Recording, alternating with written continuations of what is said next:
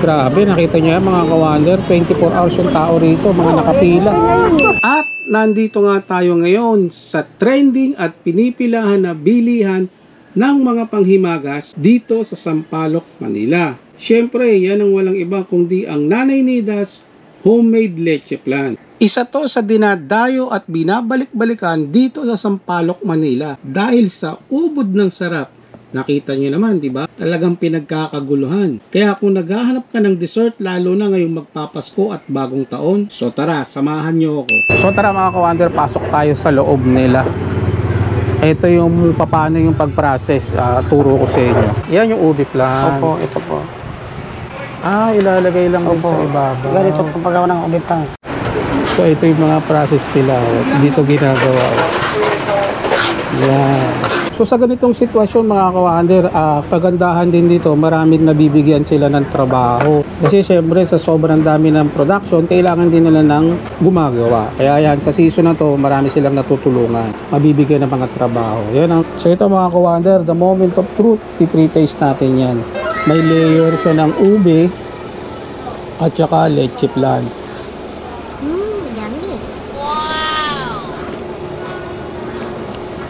Mas masarap din to kasi yung pinaghalong leche flan tsaka yung ube, yung twist nun mga ka-wonder, grabe. Try din tayo rito. Wala ko pang inse? Yan o. Oo. Dito natin ilagay. Dito raw. Request ni boss. 200 sir. Yan. Kaya pag napadaan kayo rito, makikita nyo yung sticker natin na Urban Wonder. Si Nanay Nida, swerte na interview natin kahit maraming tao. Punta lang po kayo dito sa Nanay Nida's Homemade Leche Flan. Obi Halaya. Yan, matitikman nyo yung Matitikman trending dito sa may Sampaloc, Manila. So welcome back mga ka-wonder, nandito tayo ngayon sa may Sampaloc, Manila. Binisita natin isa sa mga trending na bilihan ng mga panghimagas. Tamang-tama to ngayon, magpapasko at saka mag-New Year. Ito ang puntahan nyo. Kung naghahanap kayo ng mga masarap na panghimagas, grabe, nakita nyo naman, talagang pinipilaan sila 24 oras. Dahil syempre sa mura at sarap. And then shoutout nga pala sa mga OFW natin. Pag uwi nyo, pasyal po kayo rito. Hindi tayo mapapaya sa panlasa nito kasi talaga namang dinadayo rito sa Sampaloc, Manila. So ito yung Nanay Nida's. Silipin natin kung paano nila ginagawa and then yung pagpaprocess nito kung anong oras sila nagbubukas. So tara, let's go!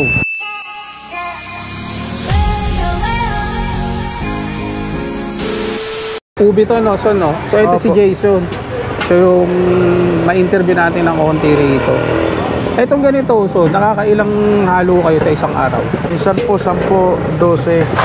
Minsan 10, 12 sa loob ng isang araw. Pero hindi pa po yun yung talagang luto po namin.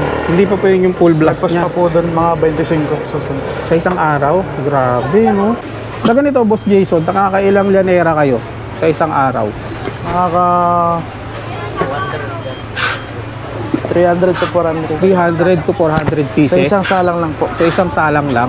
Mga ganito, ano estimated nito? 400 pas. 400 na llanera. So, ang dami rin pala, no? Grabe. So tara mga ka-wonder, pasok tayo sa loob nila.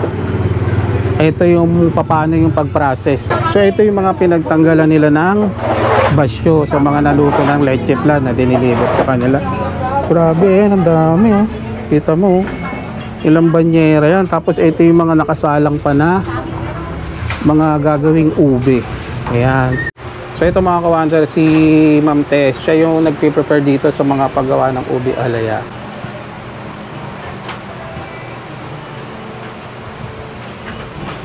Tinitimbang din. Opo sir, 250. Ito po. Actually, nakailang tikim na rin ako niyan, ma'am. Talagang napakasarap. Opo. Highly recommended siya. Opo. Kaya dito na po tayo sa ubi flan po. Yan yung ubi flan. Opo, ito po. Ayan.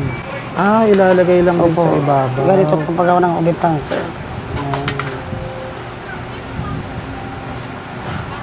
Tapos ilalagay po sa micro. Ayan, ubi flan na po yan. Yung isa po kanina, ano po yun? Ubi halaya po sir. Ubi halaya Opo. lang. So ito naman po, yung ubi ubi flan po, sir. flan. Opo. Ayan, mga ka-wonder. Tapos ayan, ma'am. Ito finished product na to. Opo, ito na po yun sir. Ito for release na yan sa Opo store. sir. Sa isang ganito, nakakailang kayo? Ganito po sir, 1.8 po sa araw. 1,800 Pero next week po, pieces. mga 5,000 plus po sir.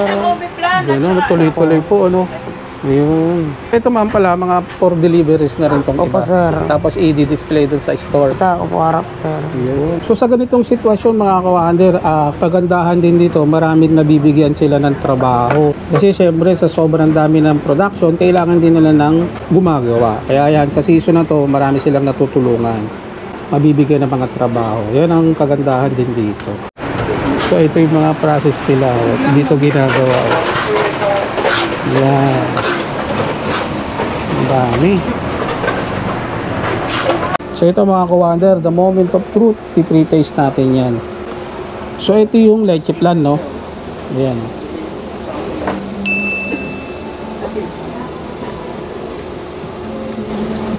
Grabe, masarap mga ka-Wonder. Hindi siya nakakaumay, hindi siya masyadong matamis, hindi rin siya masyadong matabang. Yung timpla, tamang-tama lang. Ito naman yung ube plan naman. May layer siya ng ube at saka leche plan.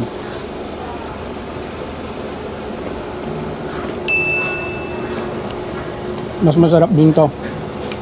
Kasi yung pinaghalong leche plan tsaka yung ube, yung twist nun, mga ka-Wonder, grabe. Tama-tama to sa mga balikbayan natin, ng mga uuwi ng probinsya or ng pupunta ng abroad, papasulubong nyo, dumaan muna kayo rito. Ngayon, shoutout nga pala sa mga OFW natin dyan. Ingat po kayo lagi. Pag uwi nyo ng Pilipinas, kung malapit lang kayo rito sa Sampaloc, Manila, dayuhin nyo tong Nanay Nidas Leche Plan. Napakamura. Magsasawa ka sa mga iba't ibang klaseng putahe nila. And then, syempre, napakasarap din niya. So, sa mga taga-Batang Sampaloc, shoutout nga pala. Tsaka sa mga batch 92 ng Ramon Magsaysay. Ayan, shoutout po sa inyo. So, sa mga price nga pala nito, hindi ka talo. Message na lang kayo mga ka-Wonder. So yun, panalo talaga dito sa Nanay Nidas. So ito mga ka-Wonder, ito na yung ano nila, yung store, no? So yun yung mga customer nila. Yun. So ito mga ka-Wonder, magdadagay din tayo rito. Yan, no? Oo. Dito natin ilagay. Dito raw. Request ni boss. Yan. Kaya pag napadaan kayo rito, makikita nyo yung sticker natin na Urban Wonder. Ayan. Pasya lang kayo rito mga ka-Wonder sa Nanay Nidas.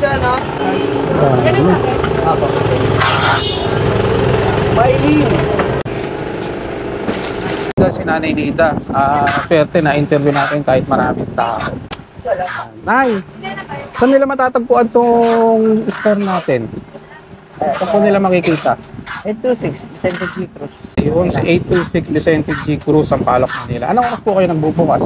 4 o'clock hanggang 12 midnight. Hanggang 12 midnight. Pero Lalo- ngayon 24 hours na kami. Kasi December season, no? So, sa mga naghahanap ng mga pwedeng pampasalubong, lalo lang ngayon magpapasko at saka bagong taon, mga panghimagas, no? Grabe, napakamura naman kasi talaga, saka napakasarap, saka affordable. Ayan. Ma'am, ano ba yan? Pwede rin sila mag-reseller. Nareselas po yan. Ayun, pwede pala rito. Kung pupunta lang kayo rito, pwede pala kayong mag-resell sa kanila. Ang price nila, pwede yung pasyalan dito para malaman nyo kung magkano yung mga binibenta, no? Pero talagang hindi naman tayo mapapahiya. Talagang masarap. Actually, nakailang tikim na rin po ako na. Ang branches nyo nga pala, ma'am, ilan? Espanya, Espanya, Maceda, Galas, Galas, Sagalas, De La Puente. De La Puente. So, ang dami, Nagsasapan. ang dami na rin pala, no? Ayun. Kasi kaya talagang dinudumog, masasarap, no? Ngayon, ma'am, estimate nyo, ilan yung mga nare-release na? Marami pa kayong mga padideliveran, ano? Marami po. Ayan. Tama-tama doon sa mga balikbayan at saka mga OFW natin na namimiss na yung panghimagas ng Pilipinas, no? So, bago kayo umuwi ng probinsya, daan muna kayo rito sa Nanay Nidas. Ayan. Invite mo sila, Nay. Punta lang po kayo dito sa Nanay Nidas Convenience Plan. Obi Halaya. Ayan. Matitikman nyo yung Matitikman niyo trending dito sa may Sampaloc, Manila. Ayan.